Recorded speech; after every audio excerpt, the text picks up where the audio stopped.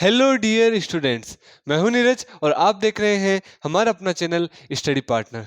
सो आज की क्लास में हम पढ़ने वाले हैं एक important topic of class ninth science, यानी नाइन्थ की साइंस का एक ऐसा टॉपिक जिसको मतलब लॉ ऑफ मोशन का भी एक बेस्ट टॉपिक माना जाता है। सेकेंड लॉ ऑफ मोशन, यानी the Newton second law of motion, गति का दूसरा नियम। अब ये सेकंड लॉ ऑफ मोशन है क्या, ठीक है, इसके अंदर क्या बात करेंगे, और ये थोड़ा सा अलग होता है क्योंकि इसके अंदर बल के बारे में हमें जानने को मिलेगा। फोर्स क्या होता है, उसका जो फिजिकल मीनिंग तो हम समझते ही हैं कि थ्योरेटिकली फोर्स ऐसा होता है वैसा होता है, बट उसको हम लिख के सीखेंगे कि इसके जो लिखा जाता है एक फिजिकल वे में, यानी डिनोट करके, तो वो कैसे लिखा जाएगा, उसका फॉर्मूला क्या होता है। तो इस लॉ ऑफ मोशन से हम फोर्स का फॉर्मूला भी क्रिएट करेंगे एक इजी वे में। छोटे से रूप में हम समझते हैं कि सेकंड लॉ ऑफ मोशन क्या कहता है एंड उसका इंपॉर्टेंट मेन क्या रीजन क्या होता है और क्यों इंपॉर्टेंट है वो इतना। तो आज का टॉपिक है second law of motion. What is the second law of motion? ठीक है, पहली बात तो हम इसके बारे में समझ लेते हैं, फिर इसका स्टेट भी लिख देंगे। सेकंड लॉ ऑफ मोशन देखो क्या होता है कि जैसे कोई ऑब्जेक्ट है, कोई भी जैसे भाग रहा है, ठीक है, तो या एकदम एक जगह खड़ा है, जैसे मैं कोई यहाँ पे खड़ा है, मैं उस पर जोर से धक्का लगाऊं या फोर्स लगाऊं तो उसमें पोजीशन में चेंज आएगा आएगा कि नहीं आएगा। अगर मैं फोर्स लगाऊंगा, ये फर्स्ट लॉ ऑफ मोशन भी कहता है, अगर कोई ऑब्जेक्ट खड़ा है उस पर अगर मैं फोर्स लगाऊं या उसको मैं किसी पावर से अगर धक्का दूं या खींचूं, उस पर फोर्स लगाऊं, तो उसकी जो पहले जो वेलोसिटी थी उस वेलोसिटी में अब क्या हो जाएगा, चेंज हो जाएगा। क्या हो जाएगा, चेंज हो जाएगा। समझना मेरी बात को कि कोई ऑब्जेक्ट है कि यहाँ पे खड़ा है, उसको मैं धक्का दूं या उसको मैं मारूं, तो उसका जो पोजीशन है या जो उसकी स्टेट है उसमें अगर वो किसी भी वेलोसिटी से हो, अगर वो खड़ा है तो जीरो वेलोसिटी है, थोड़ा बहुत चल रहा था तो कुछ वेलोसिटी है, अगर उसमें मैं फोर्स लगाऊंगा ना तो उसकी वेलोसिटी क्या हो जाएगी, चेंज हो जाएगी। क्या हो जाएगी, चेंज हो जाएगी। अगर वेलोसिटी चेंज हो जाएगी उसकी, अगर एक पॉइंट पे था और दूसरे पॉइंट अगर मैं उसको धक्का दूंगा फोर्स लगाऊंगा तो उसकी क्या होगी, वेलोसिटी चेंज होगी। अगर उसकी वेलोसिटी चेंज होगी तो उसका मतलब क्या हुआ कि उसका मोमेंटम भी चेंज हो गया। समझना मेरी बात को, वेलोसिटी चेंज होगी तो उसका मोमेंटम भी चेंज हो गया। क्यों हो गया चेंज, क्योंकि इससे लास्ट क्लास में हम अभी पढ़ के आए हैं कि मोमेंटम होता क्या है। मोमेंटम होता है P is equal to mv। अब सोच के देखो, एक आदमी 50 किलो का है, उसको मैं धक्का मार रहा हूँ, ठीक है, या उसको मैं खींच रहा हूँ या उसको पुश कर रहा हूँ, तो वहां पे 50 किलो से वो 49 का थोड़ी हो जाएगा, अरे 50 का ही रहेगा ना। सिंपल सी बात है, वो वहीं पे खड़ा है तो उसको मैं धक्का मार के आया हूँ, ठीक है, तो 50 का ही रहेगा वो। ऐसा नहीं 50 से 49 हो जाए 51 हो जाए, 50 का ही रहेगा। पर उसकी वेलोसिटी अगर पहले कुछ थी उससे अब चेंज हो गई, यानी उसका होगा क्या, मेनली वेलोसिटी चेंज होगी। तो हम ऐसा कह सकते हैं कि पहले वेलोसिटी कुछ और थी, अब वेलोसिटी कुछ और है, ओनली फॉर वेलोसिटी चेंज हुई है। तब हम कह सकते हैं कि उस जो आपका वो आदमी है, जो भी उसका ऑब्जेक्ट है, उसका क्या चेंज हो गया, मोमेंटम चेंज हो गया। सीधी सीधी बात ही है कि कोई आदमी कहीं पे खड़ा है, कोई ऑब्जेक्ट कहीं पे पड़ा है, अगर मैं उसको धक्का मारूं, खींचूं, किसी भी तरीके से उस पर फोर्स एक्सर्ट करूं, फोर्स के बारे में हम पढ़ चुके हैं पहले, तो अगर उस पर फोर्स लगाऊं तो वो फोर्स उसके वेलोसिटी में चेंज कर देगा। वेलोसिटी में चेंज करने से क्या उसका चेंज हो जाएगा, मोमेंटम चेंज हो जाएगा। अब मोमेंटम कितना चेंज होगा वो सेकंड लॉ ऑफ मोशन बताता है। यानी कि कोई भी ऑब्जेक्ट है, उस पर अगर हमने फोर्स लगाया, एक्सर्ट किया है उस पर, तो उसका मोमेंटम चेंज होगा। बट वो जो चेंज होगा मोमेंटम, वो कितना चेंज होगा वो डिनोट करता है फोर्स से। तो इसी को सेकंड लॉ ऑफ मोशन कहते हैं। यानी सेकंड लॉ ऑफ मोशन का अगर स्टेट पढ़े तो वो ये होता है कि the rate of change in momentum is directly proportional to the applied force on it. यानी कि किसी भी वस्तु के संवेग में परिवर्तन की दर उस पे आरोपित बाह्य बल के समानुपाती होती है। अगर मैं स्टेट लिखना चाहूं मैं, ठीक है, अगर लिखना चाहूं तो मैं इसका स्टेट लिख देता हूं एंड आप देख भी सकते हो स्टेट क्या कहता है। फिर उसके बाद में हम एक एक चीज को इसको डिटेल से समझते हैं कि होता क्या है स्टेट। स्टेट ये कह रहा है कि द रेट, सुनिएगा, rate of change in momentum of an object is directly proportional to the applied force on it। इसको यहां पे लिख देते हैं हम,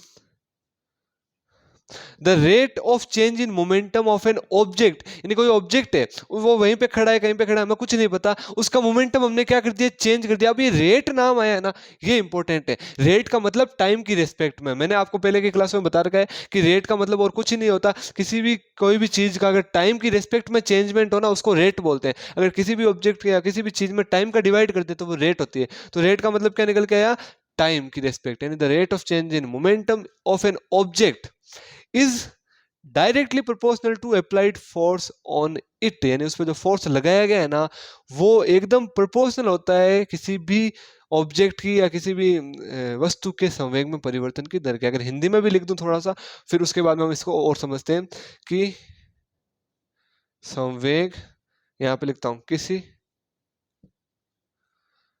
वस्तु, यहाँ पे थोड़ा सा एक सेकंड इसको लिखते हैं, किसी वस्तु के संवेग में परिवर्तन की दर उस पर आरोपित बाह्य बल के समानुपाती होती है।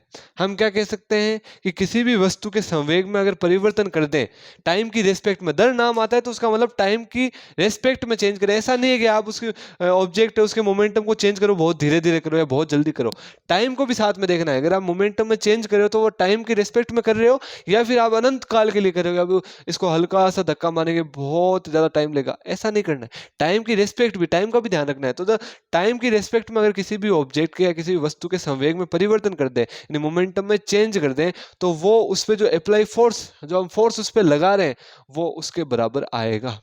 सीधी सीधी बात ये है कि कोई ऑब्जेक्ट खड़ा है कहीं पे भी, अगर मैं उस पर फोर्स लगाता हूं ना तो उतना फोर्स, जितना फोर्स मैं लगा रहा हूं उस अकॉर्डिंग उसका मोमेंटम चेंज होगा। यानी कि मैंने अगर कम फोर्स लगाया तो कम मोमेंटम चेंज होगा, ज्यादा लगाया तो ज्यादा होगा। सीधी सी बात है, अगर किसी भी ऑब्जेक्ट को मैं ज्यादा जोर से धक्का मारूंगा तो बहुत ज्यादा स्पीड से चेंज होगी उसका पोजीशन, कम धीरे धक्का लगाऊं तो कम चेंज होगी। सीधी सीधी बात यह है कि हम जितना फोर्स अप्लाई करेंगे ना वो डायरेक्ट प्रोपोर्शनल होगा उसके मोमेंटम में चेंज होने के, यानी फोर्स जितना ज्यादा उतना ज्यादा मोमेंटम चेंज, फोर्स जितना कम उतना मोमेंटम कम चेंज। ठीक है, तो ये था आपका सेकेंड लॉ ऑफ मोशन का स्टेट। सिंपल सी बात यही है कि कोई भी ऑब्जेक्ट कहीं पे भी हो, किसी भी जगह पे अगर उस पर फोर्स लगाया जाता है ना तो वो फोर्स किस हिसाब से लग रहा है उसके मोमेंटम के अकॉर्डिंग बताएगा, यानी जो उसका मोमेंटम चेंज हो रहा है ऑब्जेक्ट का वो उस पर जो फोर्स अप्लाई हुआ है उसके अकॉर्डिंग होगा चेंज। ठीक है, यही था बस आपका सेकंड लॉ ऑफ मोशन और इसमें कुछ भी दिक्कत नहीं थी। ठीक है, अब मैं इसका आपको डेरिवेशन समझा देता हूं, ये इंपॉर्टेंट है, समझना बहुत ज्यादा जरूरी है, और इसको समझ लिया आपने तो फिर आपके कोई भी दिक्कत नहीं होगी सेकंड लॉ ऑफ मोशन में, एंड आप इसके न्यूमेरिकल्स को आराम से सॉल्व कर सकते हो।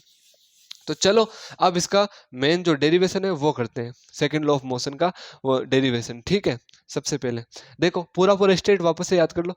The rate of change in momentum of an object is directly proportional to applied force on it. अगर उस पर कोई फोर्स लगाया जा रहा है तो जितना देखो किसी पे जितना फोर्स लगा रहे हैं उस अकॉर्डिंग पता चलेगा कि वो कितना चेंज करेगा अपनी कंडीशन को। वहां पे खड़ा है, अब देखो कोई आदमी, मैं यहाँ पे खड़ा हूँ, जिद में ऐसा खड़ा हूँ, अब मेरे को मेरा मूड चेंज करना है, मेरे को यहाँ से हिलाना है, थोड़ा दूर ले जाना है, तो उसके लिए फोर्स भी उतना अकॉर्डिंग लगाना पड़ेगा। अब वो अगला कम फोर्स लगेगा, कम भाव देगा, तो फिर मैं कैसे ज्यादा भाव दूंगा, है ना।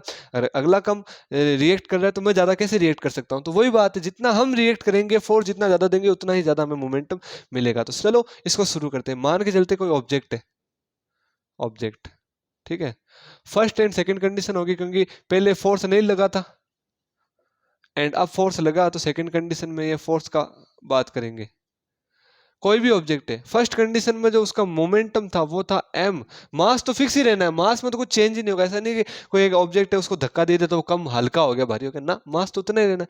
तो माना पहले मास इतना था, पर जो पहले उसकी वेलोसिटी थी, जीरो ना मानते, हर कंडीशन में जीरो थोड़ी जरूरी, कोई भाग रहा है उसको भी तो धक्का दे सकते हैं, खड़ा है उसको भी धक्का दे सकते हैं, जीरो हो जरूरी नहीं है ना। तो मैंने क्या किया कि पहले वाले के अंदर वेलोसिटी v1 ले ली, यानी कोई भी ऑब्जेक्ट था उसका मोमेंटम निकालने के लिए m एंड v का मल्टीप्लाई करवाते हैं, तो जहां पे m था उसके साथ v1 ले लिया, वेलोसिटी 1 ले ली मैंने, है ना, तो multiplication v1 p multiply m v1, ये फर्स्ट कंडीशन थी।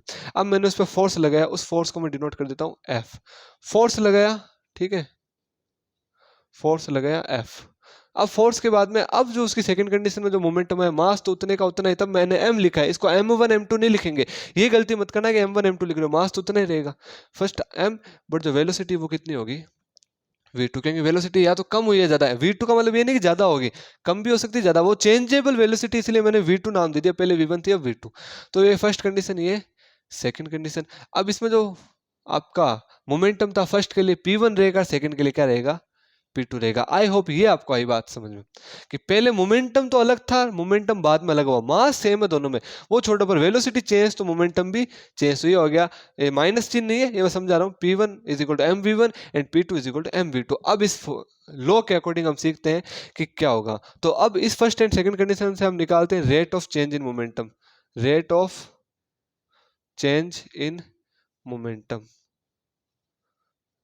Rate of change in momentum के लिए सबसे पहले हमें चेंज भी तो ज्ञात करना पड़ेगा, तो चेंज इन मोमेंटम क्या है उसकी फिर रेट निकाल लेंगे। यानी पहले हम क्या करेंगे कि संवेग में कितना परिवर्तन हुआ, तो चेंज इन मोमेंटम निकालने के लिए हम क्या करेंगे कि देखो पहले जितना था उसके बाद में जितना हुआ, आप जब भी कंपेयर करते हो किसी भी ऑब्जेक्ट से तो बाद वाले से पहले घटाते हो, ना कि पहले वाले से बाद। ये ट्राई कर लेना कि आज मान के चलो किसी भी चीज़ के भाव ज़्यादा है या कम है, हमें नहीं पता, बट हम कंपेयर करेंगे ना तो पहले आज वाले भाव से पहले वाले भाव को घटाने की कोशिश करेंगे ज़्यादा कंडीशंस में। तो हम क्या करेंगे, इसका चेंज निकालना है कि पहले कितना था बाद में कितना था, कितना चेंज हुआ दोनों में।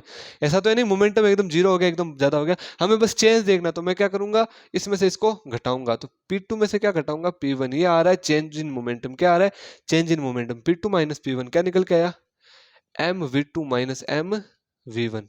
आई बात समझ में। इसको और अच्छे से लिख सकता हूं मैं, m का m कॉमन पड़ा है, v2 माइनस v1, ये आ गया आपका v2 माइनस v1। इसको इक्वेशन नंबर नाम देता हूँ 1, एक्चुअल में यहाँ पे 1 2 देते ना तो ये थर्ड हो जाती है, बट कोई दिक्कत नहीं है, m v2 माइनस v1। अच्छे से अगर आप डेरिवेशन कर रहे हो तो इसको 1 दो, इसको 2 दो, इसको 3 दो। डेरिवेशन का मतलब ये होता है जो आप इस टाइप की लिख रहे हो ना, आप आगे जाओगे तो आपको पता चलेगा डेरिवेशन क्या होता है। बट हमने क्या किया, पहले मोमेंटम इतना, बाद में इतना, क्योंकि वेलोसिटी चेंज हुई बट मास तो उतना ही था, उनका चेंज निकाला P2 माइनस P1, ये निकल के आ गया, ठीक है। m कॉमन लिया, दोनों में सेम था तब, ठीक है। अब मैं निकालता हूँ rate of change in momentum. तो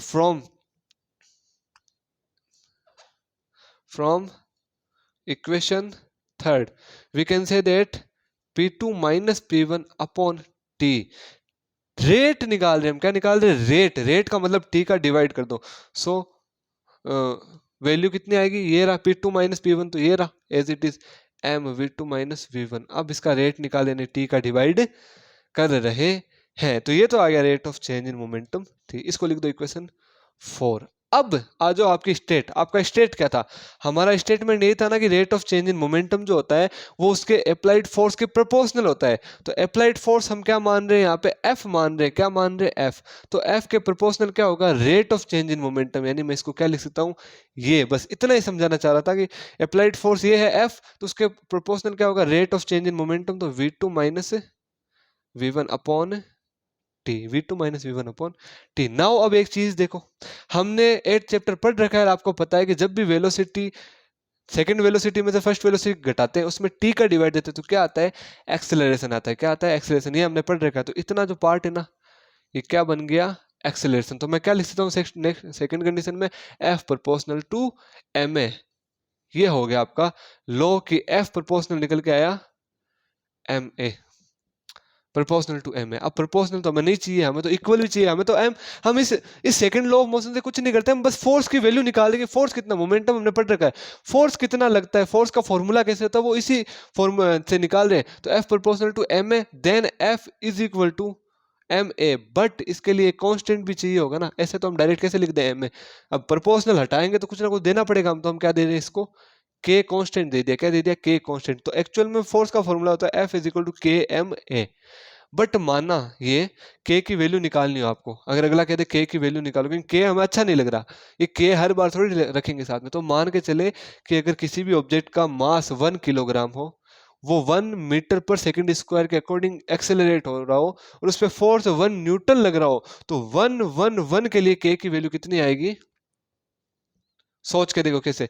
ये 1 ये 1 ये 1 1 मल्टीप्लाई 1 1, 1 इंटू के इज इक्वल टू 1, तो के की वैल्यू कितनी आ गई 1। अब मैं के की जगह क्या रख सकता हूँ 1, 1 रखो चाहे नहीं रखो मल्टीप्लाई में कोई फर्क नहीं पड़ता, तो मैं एफ को क्या लिख सकता हूँ, F is equal to M A. ये होता है formula of a force in the term of mass and acceleration, यानी द्रव्यमान और आपके क्या बोलते हैं, द्रव्यमान और एक्सेलरेशन जो भी है ना आपका, मेरे को याद नहीं आ रहा, ठीक है, वेग हो गया, वेग का परिवर्तन हो गया, एक्सेलरेशन त्वरण, हाँ द्रव्यमान और त्वरण का गुणनफल ही क्या होता है, बल कहलाता है। क्या कहलाता है, बल। यानी हम क्या कह सकते हैं, F is equal to mass into acceleration. बस ये हो गया आपका फोर्स का फॉर्मूला। अब से आपको कोई फोर्स पूछे तो आपको थ्योरी नहीं देनी, धक्का देना खींचना बल कहलाता है। अब आप ये भी कह सकते हो force is equal to M A, mass into acceleration. ये था सेकंड लॉ ऑफ मोशन, इससे हमने डेराइव किया फोर्स। अब आपको कोई कहते हैं यूनिट निकालो फोर्स की, न्यूटन तो होती है हमें पता है, इससे यूनिट निकालो, तो क्या निकल के आती है, force is equal to mass जब भी होता है वो केजी में डिनोट होता है, एक्सेलरेशन होता है मीटर पर सेकंड स्क्वायर में, तो केजी मीटर पर सेकंड स्क्वायर ही क्या कहलाता है, न्यूटन कहलाता है। तो ये होगी इसकी एक्चुअली यूनिट, और इसको न्यूटन भी बोलते हैं। तो आई होप आपको समझ में आया होगा सेकंड लॉ ऑफ मोशन क्या कहता है कि कोई भी ऑब्जेक्ट किसी भी स्टेट में अगर उस पर फोर्स लगाते हैं ना, तो फोर्स उतना डायरेक्टली प्रोपोर्शनल होता है उसके मोमेंटम में चेंज के, कितना मोमेंटम उसका चेंज हुआ है उसके डायरेक्टली प्रोपोर्शनल होता है फोर्स।